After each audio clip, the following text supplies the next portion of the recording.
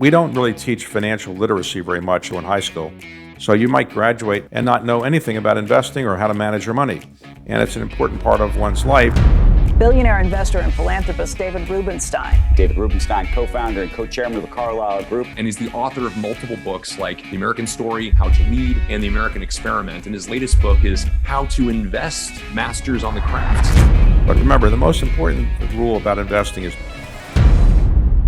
Welcome to the Erika Taught Me podcast, the #1 business podcast in the US, where we talk about entrepreneurship, money, and how to improve your life and achieve success. I'm your host, Erika Kullberg. I'm a lawyer and personal finance expert with over 18 million followers on social media. Today, I'm interviewing David Rubenstein, a self-made billionaire and investor. He co-founded one of the largest and most successful private investment companies, the Carlyle Group. They manage over $373 billion in assets. So of course, I'm going to ask him about where he thinks we should invest our money. David also interviewed over 20 of the most successful investors of all time, like Ray Dalio, for his latest book. And he gives us the 10 traits they all have in common. We also dive into David's personal story about how he went from working a 9-to-5 as a lawyer to becoming a self-made billionaire, and the biggest takeaways he has for us. So if you're excited to learn more about investing, how to think about diversifying your portfolio,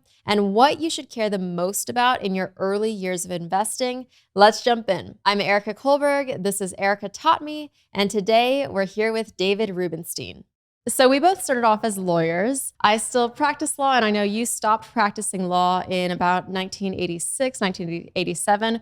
What was the pivotal moment for you when you decided that you didn't want to be a lawyer anymore? I think if you're going to be really successful at something, you have to enjoy it. And I didn't enjoy the practice of law. I didn't think I was that good at it, and my clients didn't think I was that good at it. And so I decided to try to do something else. I had only practiced law 2 years in New York before I went to work in the White House. After the White House, I didn't have any other skill set, so I practiced law, but I just didn't enjoy it. And nobody's ever won a Nobel Prize hating what you do. If you're going to be great at something, you have to love it. And I didn't love the practice of law, and it didn't love me. So then you went off to start Carlyle right away? I started Carlyle in 1987. I didn't have any background in finance. I didn't have any money, and I didn't have any contacts that would help me raise money. But I just decided I would do something different. So it was a bit of a gamble. Most entrepreneurs who take gambles are often in the same situation. They don't know if it's going to work or not. And 99.9% of all the companies that get started don't work. So those people you've read about starting successful companies, they're a very small minority. In my case, I recruited some people that actually had finance experience. And then a friend of mine helped me raise the initial $5 million to get it off the ground. So from that first $5 million, we now manage about $400 billion almost. So it's grown a lot. But obviously, it was a lot of ups and downs along the way. So going back to when you first started with the $5 million investment initially, when did you start to see success? When did you feel like it was going to work out? Well, let me explain. The private equity world in 1987 was a mom and pop business. All the private equity firms that were well known then, Forsman Little or KKR, they were small firms. When KKR did the famous RJR deal in 1989, it only had 7 investment professionals. So the deal was big, but the firms were small. I came up with an idea that doesn't seem like it deserves a Nobel Prize, but it was a novel at the time, which is that we would do a buyout fund, and then after we raised our buyout fund, we would go raise other funds in other disciplines, growth capital, venture capital, real estate, and so forth. So we'd be a multi-disciplined organization, therefore giving us more ballast. So that's what Fidelity did. That's what T. Rowe Price did with Vanguard. Have many different funds, take advantage of your brand name. And then I decided, secondly, to globalize it. Historically, if you were an American buyout firm, you didn't invest in Europe or in Asia. I decided to have dedicated teams in Europe, Asia, Latin America, Japan, and so forth. And so that gave us an international presence, plus the ballast we had in the U.S. So that enabled us to grow and give us, I would say, a lot of heft in the private equity world. What was driving you all of this time? I know to leave the practice of law, you were driven because you did not enjoy it. What drove you after you left? Well, I've nothing against them, but I've never been to a psychiatrist, so I can't say what my motive was. But I would say that I'm an only child. I guess only children do tend to be fairly driven. I'm always trying to prove that I'm better than I really am. And so I wanted to make sure that what I had built was going to survive, and I wanted to build something that would be notable.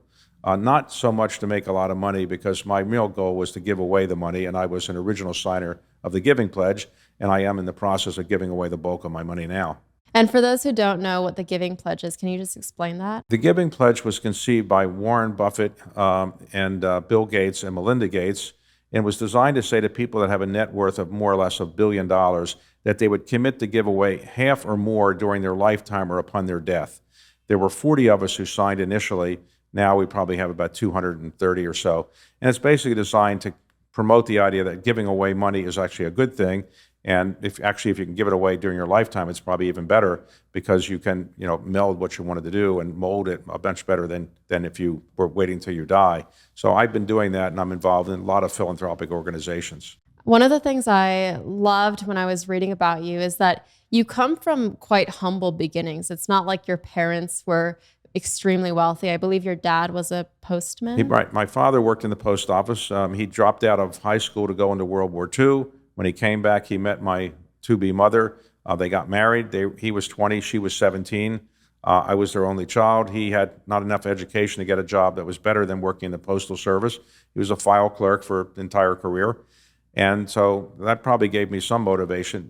It's the most difficult thing in the world actually to probably do is be a successful parent, to raise children who do something that you might say is good. But it's even more difficult to do that when you have a lot of money. Now, I have a fair amount of money, so I have 3 children, and raising them is more challenging if you have a lot of money. My children are all in private equity, so maybe they're doing something useful. You never know. I always call it the highest calling of mankind. But when I was growing up, I didn't have any money, and I didn't know at the time how much of a benefit it was not to have money. Because when you don't have money, you have to work harder, you have to do things for yourself. And so in hindsight, I probably wasn't disadvantaged, I was advantaged because I didn't have money to fall back on, or a father that was famous or able to help me and open doors. And I remember hearing that your mother, you found newspaper clippings that she had saved of you. Yes, when my mother passed away a few years ago, I went through all of her clippings, and interestingly, the only clippings she really saved were clippings of my philanthropic gifts. All the business successes of Carlyle, she didn't really care to keep those clippings. And I think what she really was saying, in effect, was, I'm really proud of you for giving away your money. And in fact, when I started giving away a fair amount of money, she said, I'm really glad you're doing something useful with your money. As your net worth grew, how did you maintain your humility and not let it all get to your head? Well, you could argue I didn't maintain my humility because I've given away a lot of money to lots of places, but sometimes they put my name on a building. So if you're really humble, you probably wouldn't put your name on a building. I put my name on buildings in part because I'm trying to say to people, you too can do this, because I came from very modest circumstances. And if I rose up and can afford to put my name on a building at a university or someplace else, you too can do it. But I've tried to remain humble because I think humility is one of the great virtues. I don't like arrogance. I think the greatest leaders in the world are humble. I've written a book on leadership, and one of the virtues that I think leaders have that are really good is humility. Now, every leader isn't humble. I don't imagine Napoleon was modest, and somebody who named themselves Alexander the Great probably wasn't modest. But you can't see Abraham Lincoln, who was very modest and humble, saying, I won the Civil War by myself. I deserve all the credit. I'm the greatest man who ever lived. You can't see Abraham Lincoln saying that. He just wouldn't do that. Now, we have had some leaders in our country who, let's say, are not modest, but they aren't the ones that I most admire. The ones I most admire are the ones who have some humility about them and who recognize there's a lot of luck going on in the world. And without luck, they might not have gotten where they are. And a lot of people help them get along the way, as a lot of people help me. So I think humility is one of the great virtues that really good leaders have. When you were first getting started in the industry, who were you looking up to as a leader that you aspired to be? Well, I always looked up to Warren Buffett because I thought, while he was very smart and very wealthy, he lived in his original home in Omaha that he bought in 1957. He wasn't very flashy. He didn't tell people how great he was, but he really did hard work, and he didn't try to adopt a very fancy lifestyle. So I certainly admired him. And there are a lot of other people I admired. I admired Bill Gates for his commitment to philanthropy and to try to giving back to society. So I admire a lot of people who are wealthy but are giving back to society, and I think that's, in the end, the most important thing to do. The most elusive thing in life, without doubt, is personal happiness. Most people go through life and probably are not personally happy all the time. It's very difficult to be personally happy, but the best way to be personally happy, in my view, is to give to others, give to your children, give to society, help to make the world a better place. Those people that do that, I think, are personally more happy. Those people that basically just take their money and pile it up and just buy a lot of boats and planes and other things, I don't know that they're as happy. Some of the most tortured souls I've met are very wealthy people, and some of the happiest people I've met are people that have no money.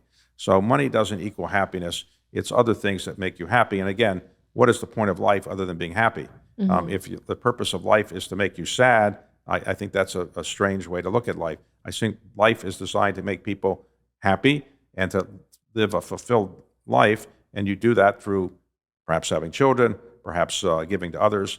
And so I observe that all the time. And so when I want to say, okay, I want to be happy, I should help other people, that's what motivates me. I read a study on happiness that the two things that money actually provides happiness for is, one of the big things is buying time.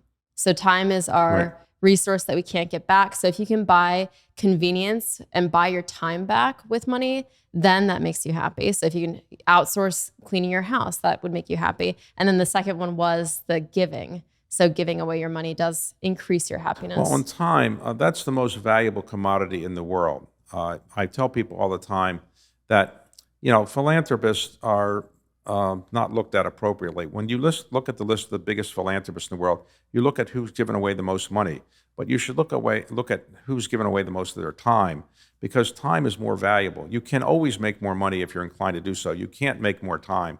And so I try to say to people that philanthropy is derived from an ancient Greek word that means loving humanity. And you can love humanity by giving your time, not your money necessarily. So the woman that began Teach for America, she did not have a lot of money, but she started that with her time, her energy, her ideas, and I think changed the face of education somewhat. So I always try to tell younger people, if you don't have money, fine, help other people with your time, and that can be just as fulfilling. On the note of time, are there any hard and fast rules you have around your time to be able to protect it so that you can use it towards giving? Well, I'm not as good at using my time the way I probably should in some respects. I'm not good at saying no. So if people ask me to make a speech, I tend to do so. If people ask me to do a podcast, I tend to do so. If people ask if I will interview them, I tend to do so. So I tend to be willing to accommodate other people's interests. So maybe I'm not the best person in that respect, but I do think that I try to manage my time in a way that I'm balancing it between family, my business interests, my philanthropic interests, and then just my sanity by having some time to think. Sometimes people forget that you need time to actually think about things, or if you're writing a book, you have to have some time alone to actually write a book. It takes a time to write a book, and you just can't do it by having people talk to you all the time and be in the middle of a whole buzzsaw of activity. What kind of information are you consuming now? Are you consuming social media? Are you reading a lot of books? How do you consume your information? I believe reading is one of the most important skills that you can acquire. I love reading. I try to read about 100 books a year. There's typically books on something I know something about. I couldn't get through even one physics textbook. But if it's books on biography relating to business, or if it's books on politics or things like I know something about, then I can get through it. And I have a trick, which is I interview a lot of authors. So if you're interviewing authors, you should read the book. And so that kind of force feeds me to do it. But I'm probably not the best at reading social media. I'm not on any social media sites that I know of. And so I really am not that au courant on social media. I should be better at it, but I probably am too old to really adapt to it. My children are on it, and my children who went to places like Harvard and Stanford and Duke, they get their news sometimes from LinkedIn. So I go through the snowstorm to go buy a physical copy of the New York Times. I'm the only person actually showing up who still reads the New York Times in real paper. Everybody else reads it on the computer or on the internet in some way, and people are getting a lot of their news from Facebook or LinkedIn or other social media sites. I'm still old-fashioned in that way, but I think you can't read too much. And I try to tell people all the time, if you're really going to get ahead in the world, you've got to know what's going on. You've got to read. And I'm amazed at how many people graduate from college and they think they don't have to read anymore. Sadly, about 30% of the people that graduate from college in this country never read another book in their life. and that's not good. About 50% of Americans haven't bought a book or been in a bookstore in the last 5 years. So it's not a great testament to our desire to kind of make people really educated and knowledgeable. Our country is a democracy. It's a representative democracy. The theory behind representative democracy is you have an informed citizenry. But if you don't have an informed citizenry, you're not going to have a good democracy. And obviously, we have a lot of people who are not completely informed about what's going on. What would you say are the 3 books that everyone should read this year? I think people should read something that they're interested in and try to read something that will make them feel better about themselves, make them feel they've learned something. There are an incredible number of really great books out there, and every week there are great new books. In the New York Times Book Review, they tell you all the great new books coming out. It doesn't make that much difference which book you read, but read some book. Well, I chair the National Book Festival, and I have for about 10 years. That's put on by the Library of Congress. And every year we have about 150 of the best authors in the country come to Washington for one day. We get about 200,000 people coming, and they get to meet the authors. The authors will sign the books for them or read from the books. And you have young children coming too, and getting young children to learn how to read is very important. So I try to encourage people to really do whatever they can to buy books, read books, take books from the library, because it was an important part of my own life, which is learning how to read. My parents couldn't afford to buy all the books that I might want to read, but I went to the library and I would take out 12 books a week. You're allowed to take out 12 books at a certain age, and then I would read them in one day. Then I had to wait another week before I could take out 12 more books. But I think reading has helped me a lot, because I think it's exposed me to the rest of the world that I wouldn't have been exposed to just sitting in Baltimore. Besides reading, if you were to look back at the things that made you successful, what would you point to? Well, I think, it's hard to say humility, because, if you're telling people how wonderful you are, you can't be saying you're that humble. But humility is something I think is good. I think I learned in high school how to write reasonably well. I'm not Faulkner or Hemingway, but I know how to write reasonably well. And I think that's an important skill that I see increasingly people coming out of colleges and business schools. When I ask them to write a memo or something, their grammar sometimes not so wonderful, and they don't really know how to persuade people by their writing well, and also by learning how to talk publicly.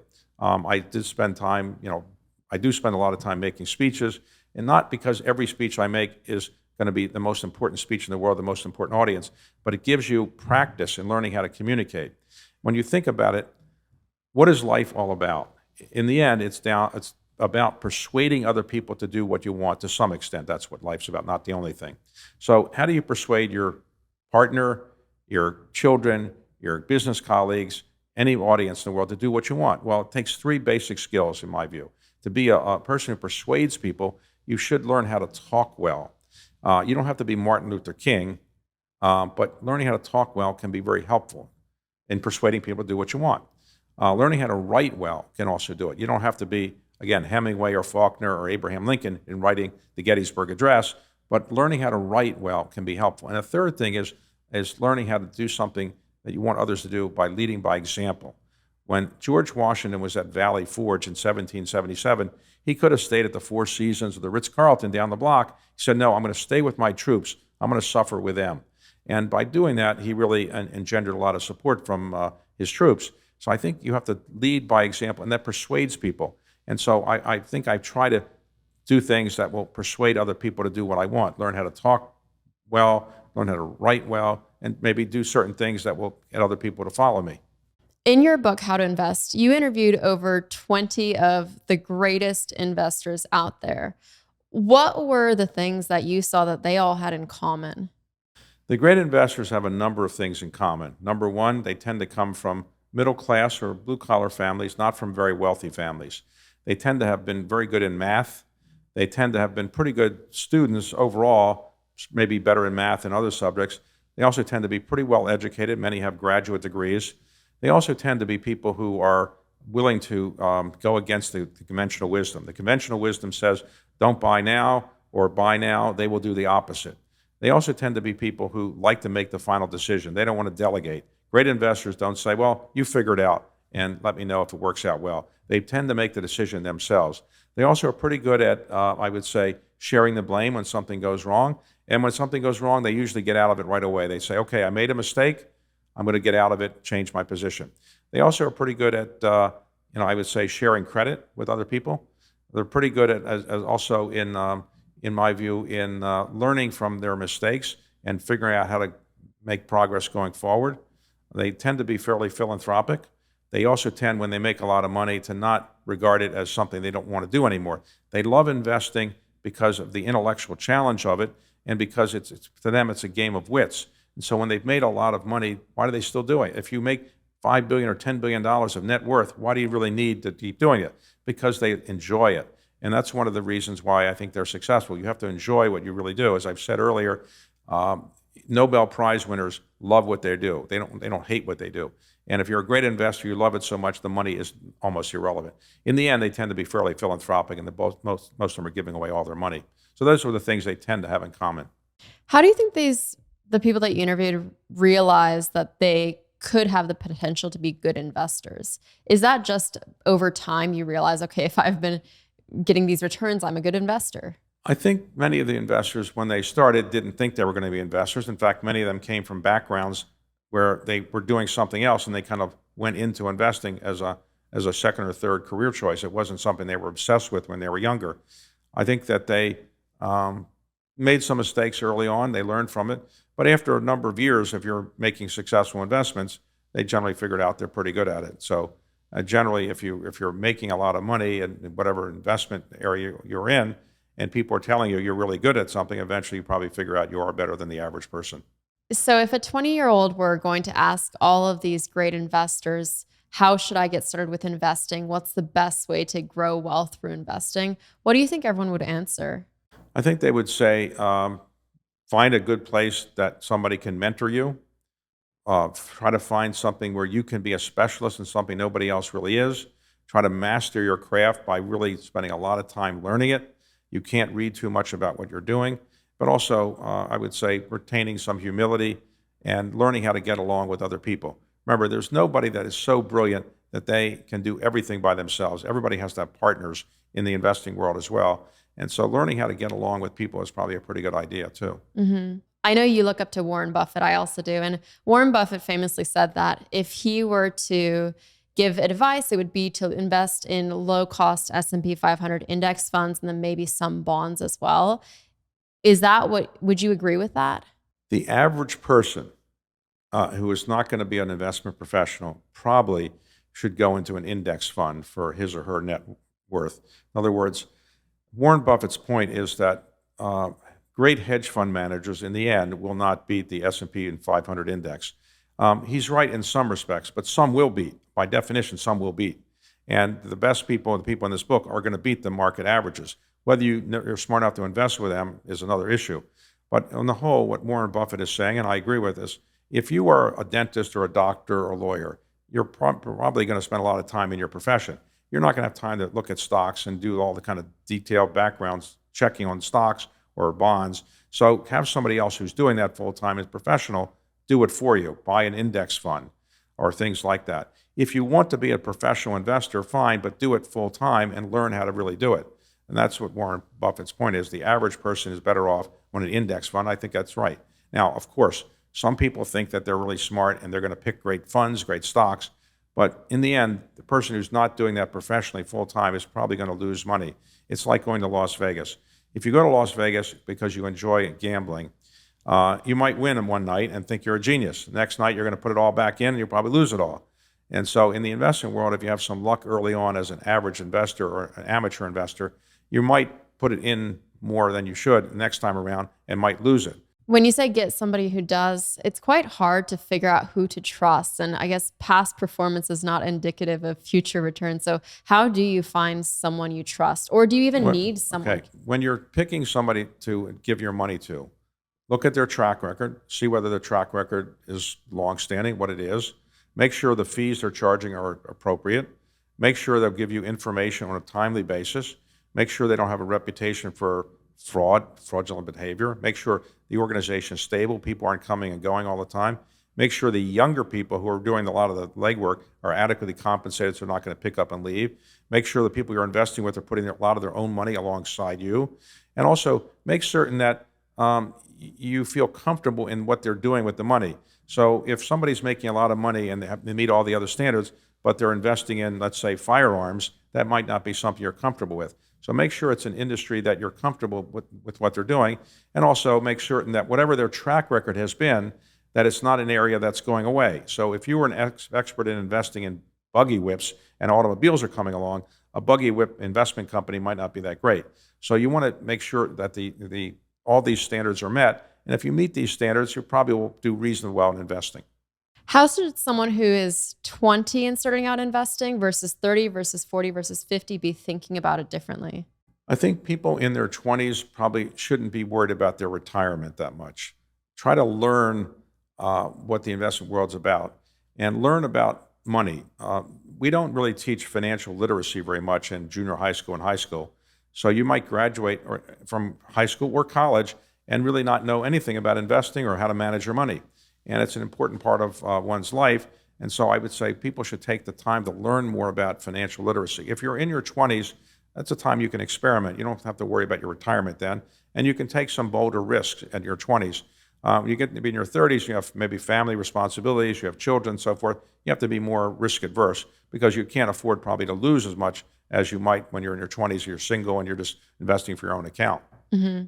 And so in terms of allocations, like if people want to know what percent should go towards index funds, what would you say is Well, it depends starting to point? some extent on one's net worth, what their earning potential is. If, let's suppose you're a second grade teacher, you're probably not going to earn that much. So you probably should be fairly risk adverse. Fixed income kinds of investments or very safe index stock funds, things that are not likely to go under or go bankrupt. If you are a person who works at a hedge fund, and you're probably going to make a fair amount of money doing that, and you're probably willing to experiment, then you can do some more exotic things in the alternative investment world if you're willing to take a big risk. It depends on how much money you already have and how much money you're likely to make in the future. But remember, the most important rule about investing is don't lose what you have. Don't put all your eggs in the basket, and actually read what you're putting your money into. Make sure you know as much about what you're putting your money into as your profession. If you're a dentist or a doctor, you presumably know what you're doing. Well, if you're investing, you just can't say, well, I'll give it to Joe to look at, or I'm not going to really pay much attention to what I'm putting my money into. Put in the same time and attention to your investing as you do to your profession.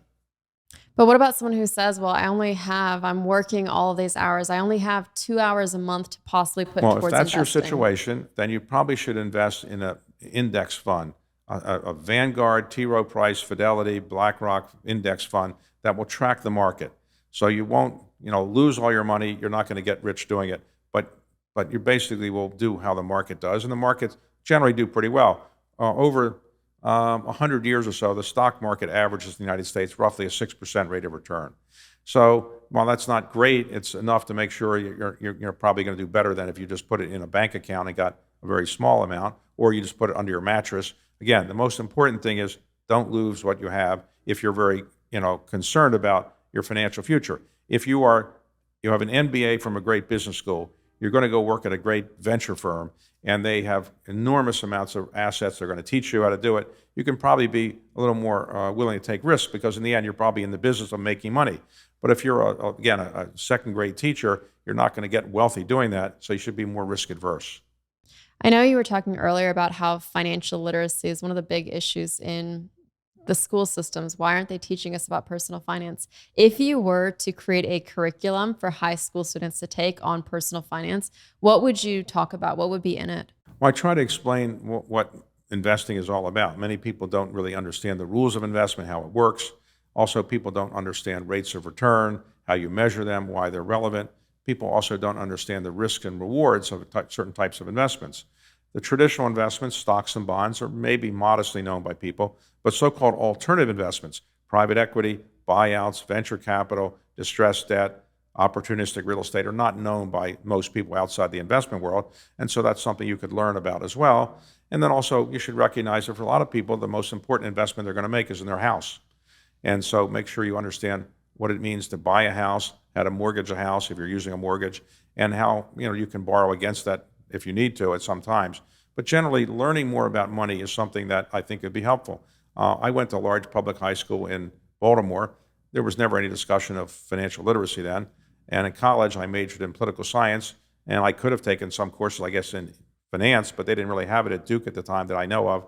And so I don't think it was available then. But today, if you go to a business school undergraduate, you're going to learn about this. But the average person is not going to Wharton undergraduate. The average person is going to a school that doesn't probably teach financial literacy that much. You were mentioning the house as being most people's biggest investment. What are the biggest mistakes people make when it comes to buying their house? The biggest mistakes people make, I think, are thinking that when they buy a house, it's something that should appreciate in value dramatically. It probably may not. When you buy a house, you should do it because you're happy with the house. You're going to live there. It might appreciate over a period of time, but it shouldn't be something you buy just to make it as an investment. You're typically the biggest asset that people have and their biggest investment. But I always tell people, buy a house you're happy to live in. You're happy to entertain guests there, not because you think you're going to make a lot of money on it. Secondly, don't borrow more money than you can afford to service. Most people buy homes with mortgages, which is another word for a loan, and make sure you can afford to pay off the loan. Some people can't afford to pay off the loan. They lose the house. They should recognize that mortgages have their downsides to them. And you should also recognize that there are some financial benefits that you can get by borrowing money as well, tax benefits and so forth. But make sure you get somebody to tell you what you're doing. Don't just buy a house without have somebody telling you about the financial benefits and challenges of owning a house with a mortgage. So I know we've talked about if you're a 20-year-old and don't really have time to invest, probably the safest route is just a low-cost S&P 500 index fund. What about the overambitious person who says, I want to beat the market? What's the best path for them? Well, if somebody wants to be a professional investor or really wants to take bigger risks, obviously there are things you can do. I would recommend still reading and knowing what you're doing, but I would say you can invest alongside or with the best venture capitalists in their funds, the best buyout people in their funds, the best growth capital people in their funds. Invest with people that have a pretty good track record. That can be something you can learn from. It just depends, again, how much money you have and how much risk you're going to take. Again, I think the most important thing is try not to lose what you have and don't put all your eggs in one basket, and read about what your money manager is doing so you really are informed. I know with Carlyle, you started in 1986, 1987, and then you started to find a lot of success with that. I've heard that once you reach a certain point in your net worth, your strategy for money goes from growth to preservation. So you're thinking about how to preserve the money you've made. When did that switch happen for you, and how are you thinking about your wealth? Well, if you're in the investment world and you've done well in it, you don't generally all of a sudden say, you know what, I don't want to do it again. If you think you can make a lot of money in buyouts, you've made a lot of money in buyouts or venture capital, you probably will keep doing it if you're a professional. Well, famous investment banker Felix Rohatyn once said, when asked, at what point in life are you financially secure? How much money does it take? And his answer was, and I think he was right, about twice whatever you have. So in other words, you're never financially secure. Nobody feels financially secure. If you talk to people that are worth $10 billion, they'll say, well, geez, I was worth $15 billion a week ago. Now I'm only worth $10 billion. I don't feel good. So you're never going to be completely financially secure, I suspect, unless you're Bill Gates or somebody like that. But generally, I would say if you know what you're doing in the investment world, you're probably going to keep doing it for a while. You're not all of a sudden going to get to the preservation stage if you've made a lot of money and you think you can keep doing it. Now, let's suppose you get to the age of 80 and you say, I don't need to make any more money. I've made billions of dollars. Well, maybe they're in wealth preservation at that point, but is it because they're giving away money and they want to make sure they've got it to give away? But generally, the investment professionals have a high degree of confidence in their ability, and they tend not to just go from doing venture capital to fixed income. Besides philanthropy, which we'll get into, what is the greatest thing that you can buy with money? Well, the theory has always been that if you have more money, you can buy personal happiness. I don't really think that's necessarily true because I've indicated before, some of the wealthiest people are tortured souls. But I would say that with money, you probably can buy privacy to some extent if you want it. You can probably buy time-saving things. So, for example, if you're a wealthy person, you might be able to have a private jet. So you don't have to go to the airport, go through the check-in lines, wait for the plane to be canceled, do a connection and so forth. That saves a lot of time. With money, you can probably help other people more than if you don't have money, you can help them with some philanthropy or gifts or so forth. I'd say, as a general rule of thumb, people think that having money probably is an advantage to themselves. When they get it, sometimes they're not as happy as they thought they would be. And again, when you have a certain amount of money, you always want more. So it doesn't necessarily mean you're happy. If you have $1 billion, you think you should have $2 billion. If you have $2 billion, you think you should have $5 billion. If you have $5 billion, you think you should have $10 billion. So it's a never-ending kind of circle. Do you think there's ever going to be a point where you decide, I'm going to retire now and go to a beach house, please don't bother me? There are many people that, look, my father, as I said, worked in the post office. He was legally able to get the maximum, or pretty much the maximum retirement benefit when he was retiring at 55. So he retired at 55. I couldn't conceive of retiring that young.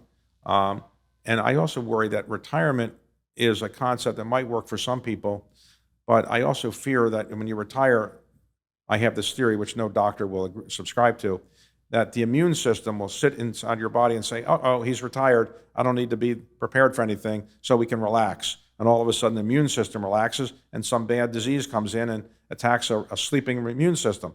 So I don't want my immune system to think it can relax, so I keep going so that the immune system won't relax. You do see people retire, and I'm not exaggerating, they drop dead on a golf course a year later or less. A lot of people I know who have retired have gotten very ill in their first or second year of retirement. So maybe my immune system theory is at work. So I'm not going to retire.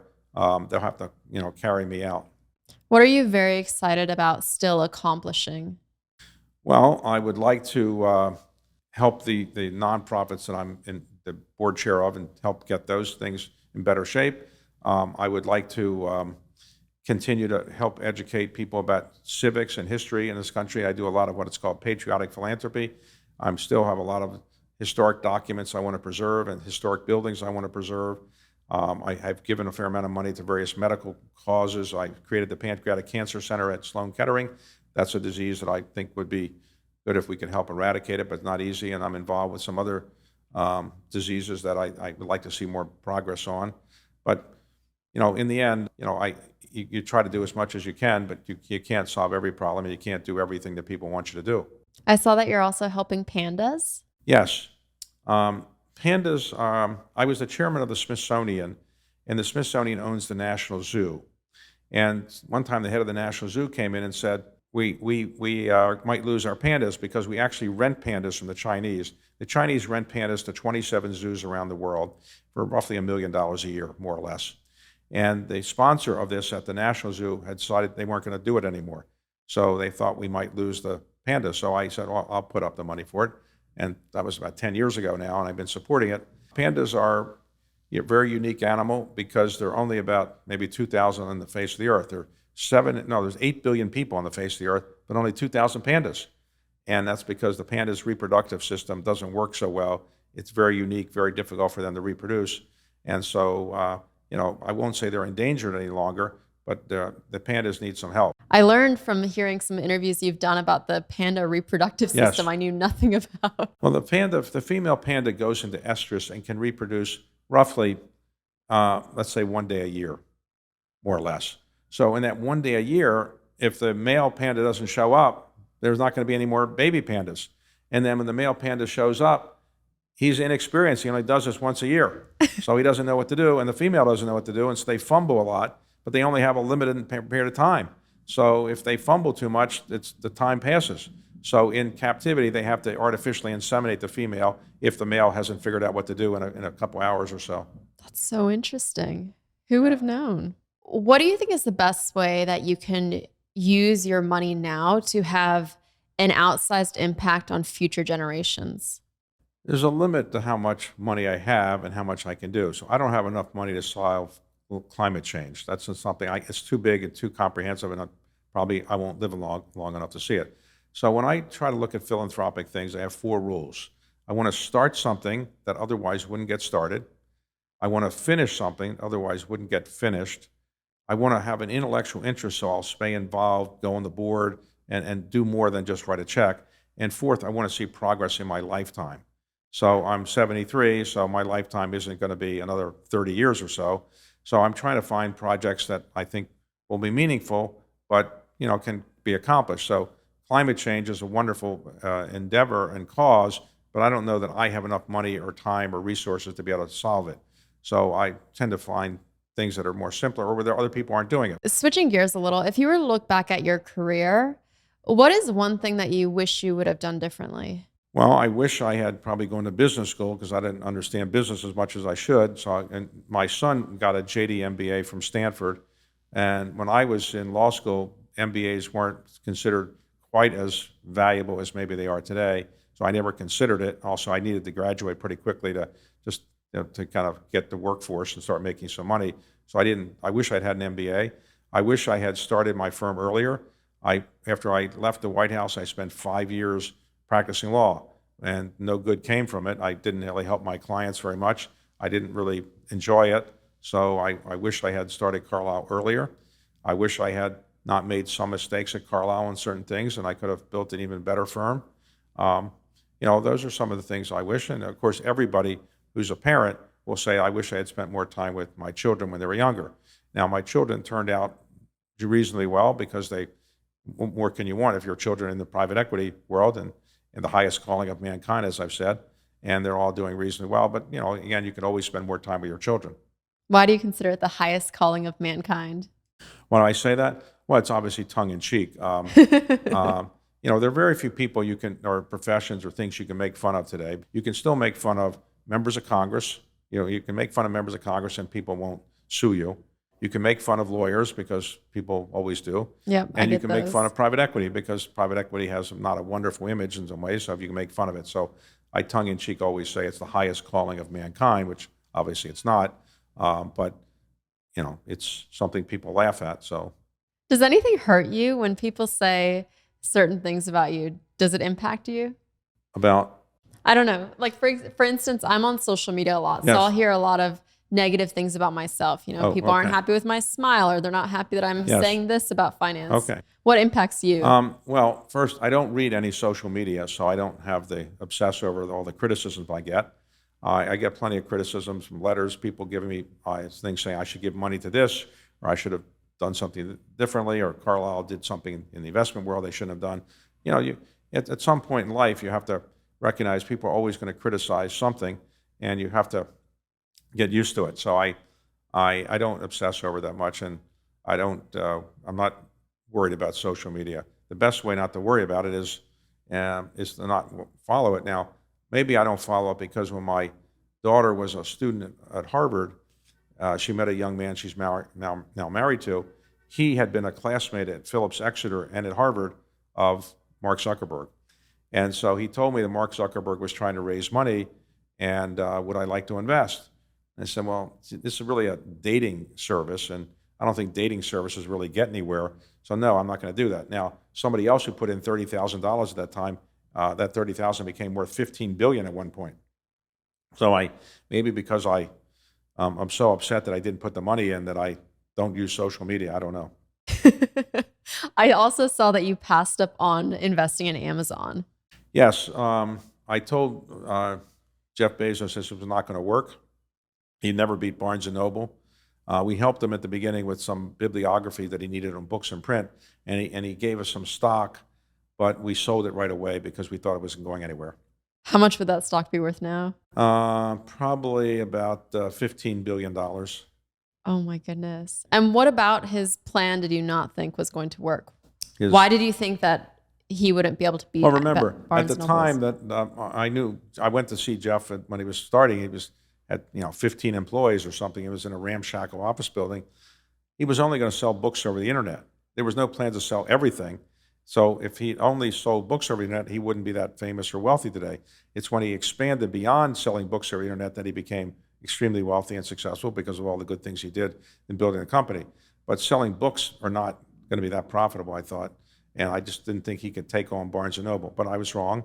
And I saw Jeff the other night, and I told him I was wrong. He knows I was wrong. I've interviewed him many times. But, anyway, he had the last laugh. He built a great company. What do you talk about when you get together with Jeff Bezos off camera, just sitting at dinner? What do you talk about with him?